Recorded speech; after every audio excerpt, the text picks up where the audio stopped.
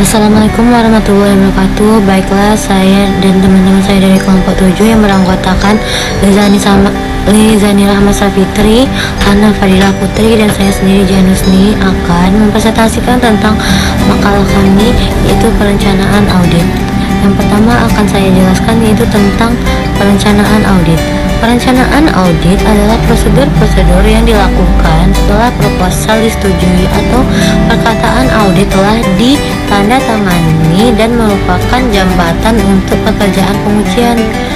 Nah, perencanaan audit meliputi pengembangan strategi yang menyeluruh, pelaksanaan dan lingkup audit yang diharapkan. Auditor harus mempertimbangkan hal-hal sebagai berikut untuk melakukan perencanaan audit, yaitu masalah yang berkaitan dengan bisnis entitas dan industri yang menjadi tempat usaha entitas tersebut. Yang kedua yaitu kebijakan dan prosedur akuntansi entitas tersebut. Yang ketiga, metode yang digunakan oleh entitas tersebut. Yang keempat, tingkat risiko pengendalian yang direncanakan.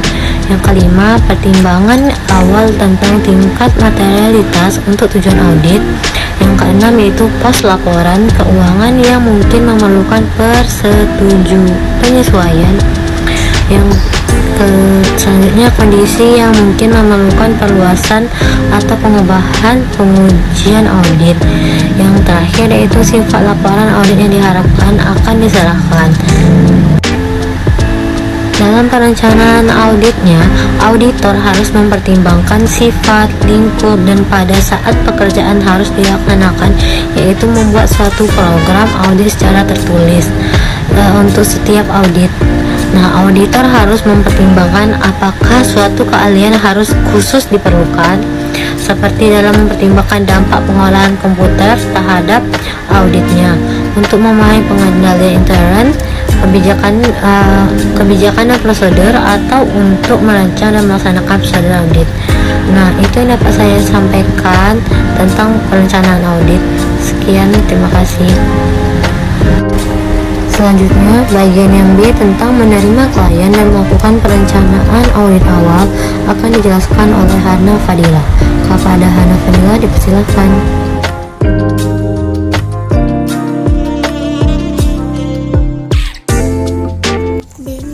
Klien dan melakukan perencanaan audit awal. 1. Perencanaan audit awal.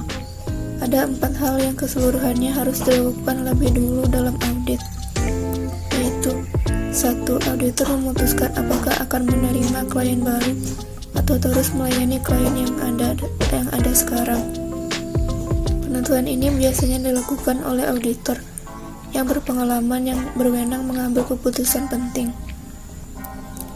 Auditor ingin membuat keputusan ini lebih awal, sebelum mengeluarkan biaya yang cukup besar yang tidak bisa ditutup kembali. 2. Auditor mengidentifikasi mengapa klien menginginkan atau membutuhkan audit. Informasi ini akan mempengaruhi bagian dari proses perencanaan selanjutnya. 3. Untuk menghindari kesalahpahaman, auditor harus memahami syarat-syarat penugasan yang ditetapkan oleh klien. 4. Auditor mengembangkan strategi audit secara keseluruhan, termasuk staf penugasan dan setiap spesialis audit yang diperlukan.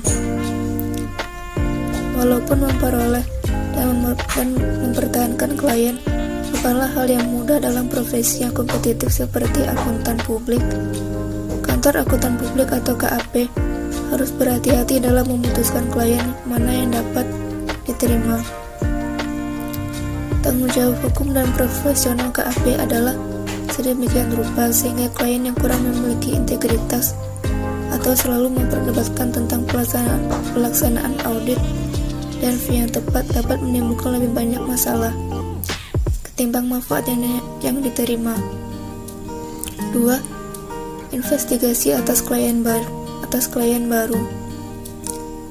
Sebelum menerima klien baru, kebanyakan kantor akuntan publik akan menyelidiki perusahaan tersebut untuk menentukan akseptabilitasnya. Kantor ini akan melakukannya dengan memeriksa sejauh mungkin perspektif klien ini dalam komunitas bisnis stabilitas keuangannya, dan hubungannya dengan kantor akuntan publik yang sebelumnya. Contoh, banyak kantor akuntan publik yang sangat berhati-hati dalam menerima klien baru dari bisnis yang baru terbentuk dan berkembang cepat. Banyak dari bisnis tersebut mengalami masalah keuangan dan membuat kantor akuntan publik akan menghadapi kewajiban potensial yang signifikan.